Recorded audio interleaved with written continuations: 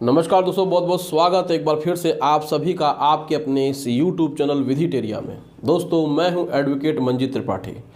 दोस्तों आपने थंबनेल देख करके तो जान ही गए होंगे कि ये वीडियो किस विषय में है। जी हाँ दोस्तों, ऑक्शन में प्रॉपर्टी मत खरीदिए, नहीं तो बहुत ही धोखा खाएंगे आप, नुकसान होगा आपका। दोस्तों अगर आप किसी भी ऑक्शन में यानी बैंक के ऑक्शन में कोई प्रॉपर्टी अगर आप परचेज करना चाहते हैं तो आपको कुछ बातों का ध्यान बहुत ही रखना पड़ेगा। देखिए क्या होता है कि हम ऑक्शन में सबसे पहले तो देखते हैं कि प्रॉपर्टी कैसी है और प्रॉपर्टी का रेट कैसा है। तो सबसे बड़ा फैक्टर होता है रेट। बैंक उस प्रॉपर्टी को सर्कल रेट या फिर मार्केट रेट से बहुत ही नीचे में बेच रही है तो बहुत से ऐसे लोग हैं जो उस प्रॉपर्टी को खरीदने के लिए इंटरेस्टेड होते हैं कि हमें प्रॉपर्टी मिल रही है बहुत ही सस्ते दाम में और कोई दिक्कत नहीं होगी, अब हम इस प्रॉपर्टी को खरीदेंगे और ये प्रॉपर्टी हमारी हो जाएगी, हमें कोई प्रॉब्लम नहीं होगी। लेकिन ज़रा रुकिए, आपने तो प्रॉपर्टी का रेट देख लिया और प्रॉपर्टी को भी विजिट करके देख लिया, लेकिन किसी भी प्रॉपर्टी को खरीदने के लिए क्या ये दो ही चीज़ मायने रखती है कि रेट और उसका लोकेशन। दोस्तों अक्सर बैंक ऑक्शन में फ्रॉड करती हैं और जो भी बायर होते हैं, बीडर होते हैं, वो बैंकों के चक्कर लगाने लगते हैं कि उनका पैसा जो फंस गया है वो कैसे रिकवर होगा। पैसा कैसे फंसता है ये आज हम आपको वीडियो में बताने वाले हैं। दोस्तों आपने किसी भी एडवर्टीजमेंट में, न्यूज़पेपर में या फिर ऑनलाइन कहीं भी देखा कि कोई भी बैंक का ऑक्शन होने वाला है, उस प्रॉपर्टी के डिस्क्रिप्शन को भी आपने देख लिया है, आपने जाकर के प्रॉपर्टी पे विजिट भी कर लिया है, लेकिन प्रॉपर्टी का ऑक्शन होने में अभी समय है तो आपको कुछ बातों का ध्यान रखना है। आप बैंक से कांटेक्ट कर सकते हैं, आप बैंक से कुछ चीज़ों का डिमांड कर सकते हैं। सबसे पहला इम्पॉर्टेंट, बैंक के पास फिजिकल पोजीशन है कि नहीं। अगर प्रॉपर्टी पे बैंक का फिजिकल पोजीशन नहीं है तो आप प्रॉपर्टी को ऑक्शन में मत लीजिए, क्योंकि अगर आप ये बताइए कि बैंक अगर आपको फिजिकल पोजीशन दिला ही नहीं पाएगा तो क्या होगा, इससे आपको नुकसान होगा। बैंक ऑक्शन आपको कर देगा, आपसे 100% पैसा ले लेगा, रजिस्ट्रेशन भी करा देगा, लेकिन जब आप उस प्रॉपर्टी पे जा करके कब्जा ही नहीं कर पाएंगे तो फिर आपके प्रॉपर्टी खरीदने का कोई फ़ायदा नहीं होगा।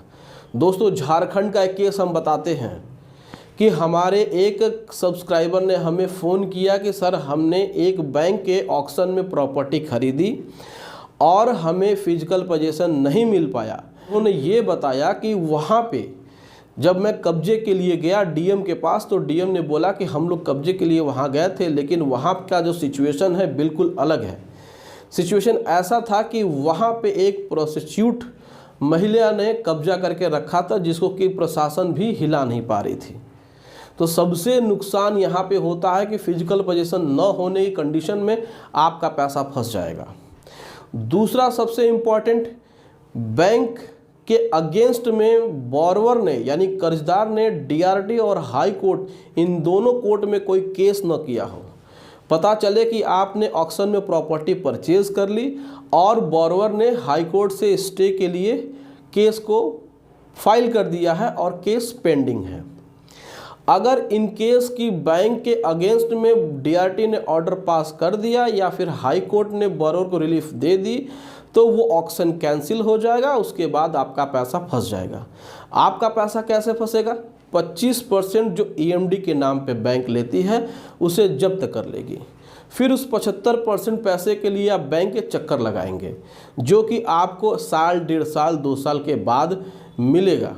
अपने ही पैसे को निकलवाने के लिए आप 10 बार नहीं, आप सैकड़ों बार बैंक के पास जाएंगे।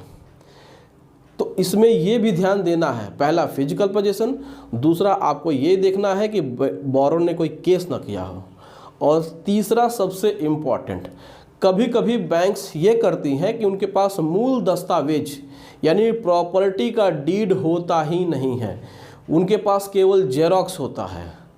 कभी कभी ऐसे सिचुएशंस भी आते हैं कि बैंक ने दूसरे बैंक से लोन को अपने यहाँ ट्रांसफ़र कर लिया और उसमें आपका जो मूल दस्तावेज है वो मिसप्लेस हो गया।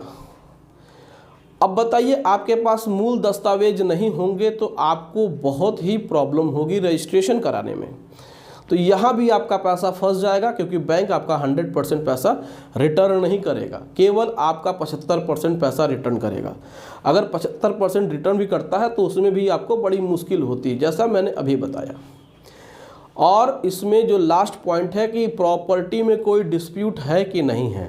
देखिए क्या होता है कि एक पिता और एक बेटे ने मिल करके प्रॉपर्टी मॉर्गेज करके लोन ले लिया।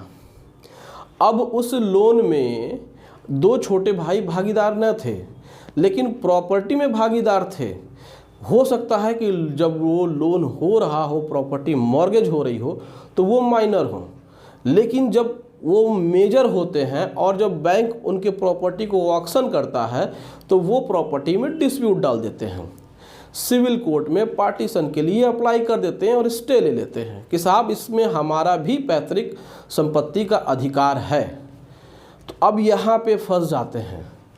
तो यहाँ पे भी अगर स्टे हो जाएगा और ऑक्शन हो गया और आपने प्रॉपर्टी खरीद ली, यहाँ पे जब आपका रजिस्ट्रेशन नहीं होगा तो भी पैसा फंस जाएगा। तो दोस्तों सोच समझ करके आप प्रॉपर्टी को ऑक्शन में खरीदिए। अगर प्रॉपर्टी क्लीन नहीं है तो प्रॉपर्टी को मत खरीदिए, ये आपके लिए बड़ा नुकसानदेह होगा।